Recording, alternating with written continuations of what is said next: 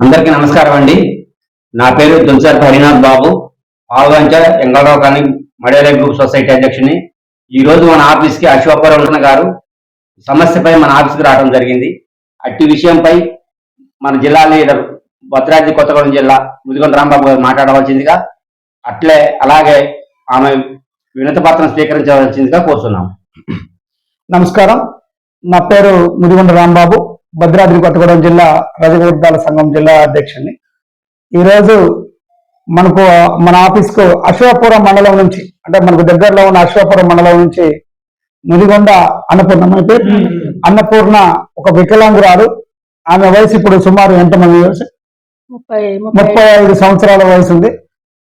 50% పైగా వికలాంగురాలని సర్టిఫికెట్ తీసుకుంది. ఈ 50% పైగా ఉన్న వికలాంగురాలు దాదాపు ఇప్పుడు తెలంగాణ ప్రభుత్వం వచ్చిన కాడ నుంచి, రేవంత్ రెడ్డి ప్రభుత్వం వచ్చిన కాడ నుంచి అనేక మార్లు 10 సార్లు పైగా దరఖాస్తు చేసుకున్నా ఇంక వికలాంగ పెన్షన్ రాలేదు.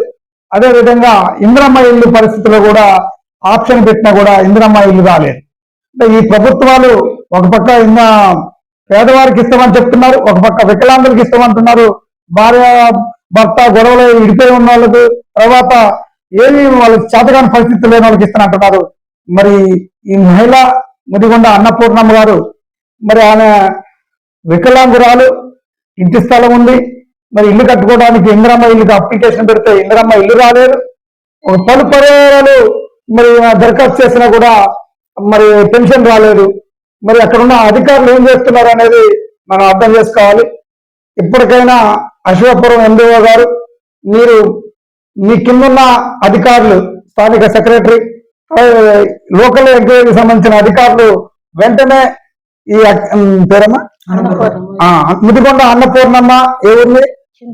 చింతిరాల మండలం అడ్రోడ్ ఏరియా. మరి ఈమెకి పెన్షన్ ఎమ్మటే ఈమె లిస్ట్ దరఖాస్తు తీసుకోవాలి, దీని అప్లికేషన్ ఫాలో చేయాలి. లేని పక్షంలో ఆ ప్రాంతంలో ఉన్న రజకులందరినీ పోగేసి స్థానికంగా గతంలో ఏమో పెట్టిన దరఖాస్తు కంటే ముందు ఎంతమందికి మీరు శాంక్షన్ చేసేది లిస్ట్ తీసైనా ఖచ్చితంగా అక్కడ ఉన్న అధికారులు చేసే తప్పుడు పద్ధతులు ఎండగట్టాల్సిన పరిస్థితి వస్తుంది. మీరు వేసే తప్పుడు పద్ధతుల వల్ల రావాల్సిన నిజమైన వికలాంగులు, నిజమైన అర్హులకి పథకాలు రాకుండా తప్పుడు పద్ధతిలో ఎన్నిక చేయడం జరుగుతుంది. ఈ అశ్వాపురం ఎండో ఆఫీస్ నుంచి మళ్ళీ ఇటువంటిది ఇంకోసారి రిపీట్ అయితే ఖచ్చితంగా రజకవర్గాల సంఘం జిల్లా అధ్యక్షునిగా నేను ఆందోళన చేస్తానని చెప్పేసి తెలియజేస్తున్నాను. ఈసారైనా ఖచ్చితంగా మీరందరూ ఆ అధికారులను పంపించి, ఆ సెక్రటరీని మేడమా ఎవరో పంపించి ఈమె దరఖాస్తు స్వీకరించి వెంటనే ఈమెకి పెన్షన్ వచ్చేటట్టు చేయాలని చెప్పేసి కోరుకుంటున్నాం. అయ్యా సీఎం రేవంత్ రెడ్డి గారు, మా రజక జాతి బిడ్డలంటే ఇప్పుడున్న అధికారులందరికీ చాలా చులకన కనబడుతుంది. ఒక పక్క ఉచిత విద్యుత్ మీటర్లు ఇస్తున్నారు, దానికి సంబంధించిన కరెంటు బిల్లులు కూడా ప్రభుత్వం కట్టడం వల్ల మాకు ఇబ్బంది వచ్చే పరిస్థితి ఉంది. మరి వాటిని కూడా కొనసాగించే పరిస్థితి తీసుకురావాలి. అదేవిధంగా నుంచుంటే కూర్చుంటే నుంచోలేని పరిస్థితిలో ఉన్న మా రజక బిడ్డ మరి పలు పర్యాయాలు మన దరఖాస్తులు పెట్టింది, ఇప్పటికి కూడా ఆమెకు పెన్షన్ శాంక్షన్ అవ్వలేదు. మరి అధికారులు ఎవరికి పనిచేస్తున్నారు అనేది ఆలోచించాలా. నెమ్మది నీరెత్తినట్టు ఉండి వాళ్ళకు అనుకూలంగా ఆర్థిక పరమైన లాభాలు కల్పించే వాళ్ళని ఈ పెన్షన్ విధానాలు తీసుకొస్తున్నారు. మరి ఇది కరెక్ట్ అయిన పద్ధతి కాదు కాబట్టి వెంటనే స్పందించి ఈ ముదిగొండ అన్నపూర్ణకు ఆమె దరఖాస్తు స్వీకరించి వెంటనే ఆమె పెన్షన్ రిలీజ్ చేయాలని చెప్పేసి కోరుకుంటున్నాం. లేని పక్షంలో భారీ ఎత్తు ఆ జిల్లా వ్యాప్త ఆందోళన తీసుకొని ఎంపీడీ ఆఫీసు అశ్వాపురాన్ని మొత్తం చేస్తామని చెప్పేసి తెలియజేస్తున్నాం. జై రజక. అదేవిధంగా అన్నపూర్ణ కూడా మాట్లాడదాం. అన్నపూర్ణమ్మ, నువ్వు ఎన్నిసార్లు దరఖాస్తు పెట్టుంటావు? 10 సంవత్సరాల దాకా నుంచి పెడుతున్నాను. 10 సంవత్సరాల నుంచి రెగ్యులర్ గా పెడుతున్నా కానీ నీ దరఖాస్తు ఎవరు ఫాలో చేయటాలి. మరి ఏమని చెప్తారు అధికారులు నీకు? ఎందుకు రావట్లేదు ఏమని చెప్తున్నారు? ఎందుకు రావట్లేదు అడిగితే తర్వాత కొత్తది లేదంటారు. తర్వాత అంటే మరి నీ ముందు పెట్టిన వాళ్ళందరికి వస్తున్నాయా? నేను నాకంటే ముందు పెట్టిన వాళ్ళకి వస్తూనే ఉన్నాయి. నాకు నేను పోతే అడిగితే తర్వాత కొత్తవి అంటారు. అంటే ఇప్పుడు నీకు 50% పైగా ఇది ఆమె హ్యాండిక్యాప్ సర్టిఫికెట్ 50% పైగా నీకు ఉందని చెప్పే సర్టిఫికెట్ లో ఉంది. మరి అధికారులు ఎప్పుడైనా మీ ఇంటికి వచ్చి అడిగారా? మరి వెరిఫికేషన్ చేశారా? నువ్వు ఇందిరమ్మ ఇల్లుకి దరఖాస్తు పెట్టావా? పెట్టా. అయినా వచ్చింది రాలేదా, వచ్చిందని చెప్పారు. మళ్ళీ పోయి నేను అడుగుతా రాలేదని చెప్పారు. అంటే మీకు వచ్చిన ఇందిరమ్మ ఇల్లు కూడా ఎవరికి అమ్మేసేసారు. అంటే మీకు ఇందిరమ్మ ఇల్లు కూడా అవకాశం లేదు. అంటే అక్కడున్న ఇందిరమ్మ కమిటీ ప్రియమైన అశ్వాపురం గజకులందరూ అర్థం చేసుకోవాల్సింది ఒకటి, ఇందిరమ్మ కమిటీగా ఉన్నప్పుడు ఈమె వికలాంగురాలు, ఈమె వికలాంగురాలు, మరి ఈమెకు రావాల్సిన ఇల్లు శాంక్షన్ అయిందా లేదా అనేది ఆమెకే అయోమయంలో ఉన్న పరిస్థితి ఉంది. మరి అడిగినప్పుడు ఒకసారి వచ్చిందని అంటున్నారు, ఒకసారి రాలేదని అంటున్నారు. మరి వచ్చిందా రాలేదా అనేది క్లియర్ గా అక్కడ కమిటీ వెళ్ళి ఆమెకు విషయం చెప్పాలా, ఆమె ఆందోళనకు గురవుతుంది. మరి ఈ విషయాన్ని తెలుసుకున్న కమిటీ వెంబట దీన్ని చర్యలు తీసుకొని ఆమెకు న్యాయం జరిగేలా పరిస్థితి చూడాలని చెప్పేసి కోరుకుంటున్నాం. అదేవిధంగా ఇప్పుడు 10 సార్లు పైగా మీరు వికలాంగ సేవకు సంబంధించిన దరఖాస్తు పెట్టారంటున్నారు. ఖచ్చితంగా నేను దీని డిఆర్డీ ఆఫీస్ కి, కలెక్టరేట్ ఆఫీస్ లో మీతో ఉన్నతాధికారులకు దరఖాస్తు చేపిస్తాను. దీని మీద మేము చర్య తీసుకునేదాకా మేము ఖచ్చితంగా ఈ సంఘం నుంచి పనిచేస్తాం. నువ్వు అధైర్యపడవద్దు, ఎటువంటి ఆత్మహత్యలు కానీ నాకేం రావట్లేదు కదా అని చెప్పేసి ఆందోళన అయితే గురి కావద్దు.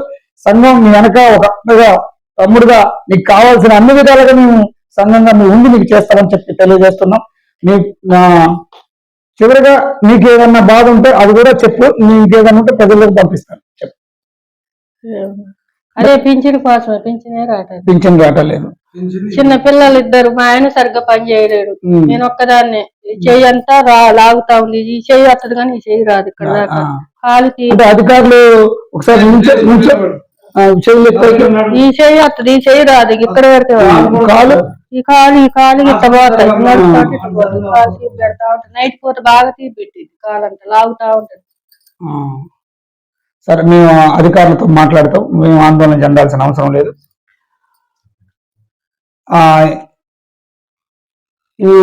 ఈ దరఖాస్తు విషయంలో స్థానిక సెక్రటరీ గారిని మనం లైన్ లో తీసుకొని మాట్లాడుచుద్దాం, వారు ఏం చెప్తారో విందాం.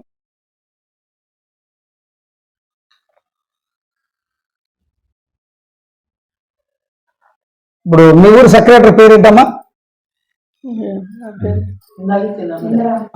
తెలుసా నీకు? సెక్రటరీ గారు తెలుసా? ఇంద్రా. సరే, సెక్రటరీ గారికి ఫోన్ చేద్దాం. నేను దరఖాస్తు ఇచ్చింది ఎక్కడికి పెట్టిందని మనం క్లారిటీ తెలుసు. అక్కడే మండల ఆఫీస్ లోనే ఉన్నాయి. హలో హలో, నమస్కారం మేడం. నా పేరు రాంబాబు అండి, నేను రజక వృత్తిదారుల సంఘం జిల్లా అధ్యక్షుని మేడం. మేడం, మేము లైవ్ లో ఉన్నాం మేడం. మీ ప్రాంతం నుంచి ముదిగొండ అన్నపూర్ణ అని ఒక అమ్మాయి మా ఆఫీస్కి వచ్చింది మేడం. ఆమె వికలాంగులు పెన్షన్ ఆమె దరఖాస్తు చేసి చాలా సార్లు మన ఆఫీస్ లో చేశారట.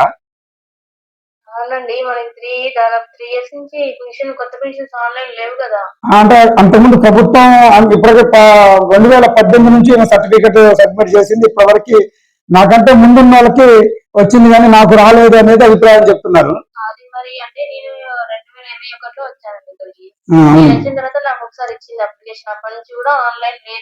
ఇప్పుడు మీరు ఆన్లైన్ లో దీన్ని సరే పెట్టారా మేడం? మీరు ముదిగొండ ఆన్లైన్ చేశారా మేడం? అదే ఆన్లైన్ లేదండి, ఆన్లైన్ కొత్త పెన్షన్ ఆన్లైన్ అనేది లేదు. కొత్త పెన్షన్ ఆన్లైన్ ఉన్నాయా? లేవు. సరే మేడం, 2018లో సర్టిఫికేట్ తీసుకుని వచ్చి వికలాంగురాలు, దాదాపు వయసు 35 సంవత్సరాలు, చాలా సంవత్సరాల నుంచి ప్రయత్నిస్తుంది. మాకు పోస్ట్ సంబంధించిన అన్ని దరఖాస్తులు చూపించారు మేడం. మాకు 2018 నుంచి సర్టిఫికేట్ తీసుకుని మరి పెట్టుకోవాలి కదా, అప్పుడే పెట్టారు. ఇప్పుడు ఆమె వికలాంగురాలు కదా, ఆమెకు అంత నాలెడ్జ్ ఉంటే వికలాంగురాలు ఎందుకు అవుతుంది మేడం? మీరు అట్లానే కాదండి, ఒకసారి మీరు ఫాలో చేయండి. చాలా మంది పెట్టుకున్నారు, వచ్చేసి ఈ లక్ష దగ్గర నన్ను అడిగితేనే ఇవన్నీ తీసుకోమని చెప్పా, తీసుకొని ఆన్లైన్ లేదు. సరే మేడం, దీన్ని మేడం మీరు స్పెషల్ గా ఆఫీసర్స్ ఏమైనా దీన్ని సెట్ చేయొచ్చా మేడం? అట్లా పంపించడం అవకాశం ఉంటుంది? లేదండి, అసలు ఎక్కడ కూడా మనకి రాష్ట్రంలో ఎక్కడ ఆన్లైన్ లేదు. అంటే ఇప్పుడు పెన్షన్ అంటే మరి వికలాంగులకు కూడా ఫెసిలిటీ లేదా మేడం? వికలాంగులకు కానీ మామూలుగా భర్త చనిపోయిన వాళ్ళకి కానీ ఎవరికి లేదండి. కాకపోతే భర్త వస్తూ ఆ భర్త చనిపోతే భార్యకి ఇప్పుడు వెంటనే వస్తున్నాయి. Okay okay madam. అయితే మేడం ఈమె వికలాంగురాలు కదా, మన ఇంద్రమ్మ వీళ్ళకి కూడా అప్లికేషన్ పెట్టిందంట. ఆ కమిటీ వాళ్ళు ఇక వచ్చినట్టు ఉందని చెప్పారట, మళ్ళీ ఇప్పుడు లేదని చెప్తున్నారంట. అది ఎట్లా మేడం? అది ఫస్ట్ విడత సెలక్షన్ అయిపోయింది కానీ అది ఫస్ట్ విడతలో వికలాంగురాలు కదా. ఇప్పుడు రజిక బిడ్డ BCA అక్కడున్న ఆర్థిక పరిస్థితులను బట్టి చూసిన వచ్చిందంటే ఈమెకి సెలక్షన్ పేరు వచ్చినట్టే వచ్చి నాకు వచ్చిన ఇల్లు కూడా క్యాన్సిల్ చేశారండి అంటుంది. ఇది వాస్తవా? అసలు రాలేదా ఈ లిస్ట్ పేరు? ఉండదండి. కమిటీ సెలక్షన్ చేసిందే ఉంటది కానీ వచ్చింది క్యాన్సిల్ చేయడం ఉంటదిగా. కాకపోతే ఈ లిస్ట్ కాకపోతే రెండో లిస్ట్ ప్రిఫరెన్స్ చేస్తారు. అంటే ప్రభుత్వం కూడా వికలాంగులకు ఫస్ట్ ప్రిఫరెన్స్ ఇవ్వాలి అంటున్నారు కదా. అంటే ఇప్పుడు కమిటీ అండి, కమిటీ 5 మెంబర్స్ ఉన్నారు కదా. ఓకే మేడం, మేము కూడా దాని మీద RTI అడుగుతాం. అసలు వాస్తవానికి ప్రభుత్వం ఒక ప్యానల్ చేస్తే ఉన్నతాధికారులు అక్కడ ఉన్న లోకల్ కమిటీల వాళ్ళు కూడా గోల్మాల్ చేసే పరిస్థితి ఉంది. నిజంగా జరగాల్సిన వాళ్ళకి అన్యాయం జరిగే పరిస్థితి ఉంది మేడం. సరే, మేమైతే DRD ఆఫీస్ పై ఉన్న అధికారులు దీని మీద కలుస్తాం మేడం. మీరు ఏదైనా ఉన్నా ఈ మేడం ఈ ముదిగొండ అన్నపూర్ణకు సంబంధించిన దరఖాస్తులు ఒకసారి ఫాలో చేయండి. ఫాలో చేసి నాకు రేషన్ కార్డు కూడా వచ్చింది, ఒకసారి అడగండి. అంతకుముందు రేషన్ కార్డు కూడా అంటే ఇప్పుడున్న పరిస్థితి రేషన్ కార్డు ఉంది కాబట్టి మీరు రేషన్ కార్డు వచ్చింది. Okay madam, thank you madam. సరే అండి, నమస్కారం. ఒక పక్క మనం ఏ ప్రోగ్రామ్ ఏం చేయాలని ఆలోచన చేస్తున్నాం. దాంట్లో బేస్ చేసుకొని అది చెప్పాల్సిన పరిస్థితి వచ్చింది. దీంట్లో భాగంగా మనం క్లియర్ కట్ గా 2018 నుంచి మరి ఆమె ఏం చేస్తుంది అని చెప్పేసి మాట్లాడటం జరుగుతుందంటే నిజంగా ఆమె వికలాంగురాలు కాబట్టి ఆ విషయం మీద మనం క్లియర్ గా అర్థం చేసుకోవాల్సిన పరిస్థితి ఉంది.